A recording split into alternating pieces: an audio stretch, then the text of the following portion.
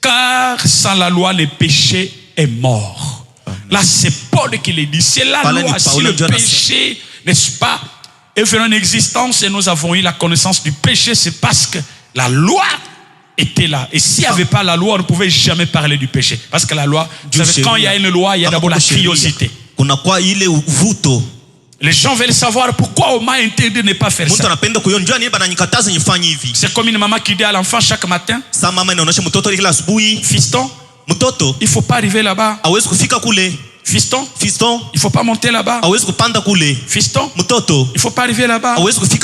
À l'absence de la maman un jour, fiston aura la curiosité d'arriver. Il doit savoir pourquoi la maman m'interdit de ne pas arriver là-bas.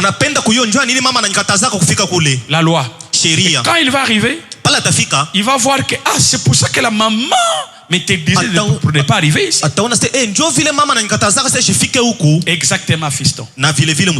Donc c'est à cause de ça. Vous n'est-ce pas? Alors quand la maman revient, il trouve que fiston est arrivé là où on lui avait interdit de ne pas arriver. Vous voyez, n'est-ce pas? Eh bien, la maman dit, mais pourquoi tu es arrivé? Mais l'enfant était curieux, maman. C'est la loi que tu avais mis. Et cette loi suscitait en fiston la curiosité. Et la curiosité a mené le fiston à commettre ce qu'on appelle la désobéissance. Et bien, la désobéissance, c'est qui va l'introduire, donc l'amener à la mort. Et voilà l'enfant qui va mourir. La loi qui va le condamner. Parce qu'il a désobéi à ces règles qui ont été établies. C'est la loi. Et s'il y a eu le mal, s'il y a eu le péché, c'est parce que la loi a été établie. Il y a la connaissance du péché, c'est parce que la loi est là.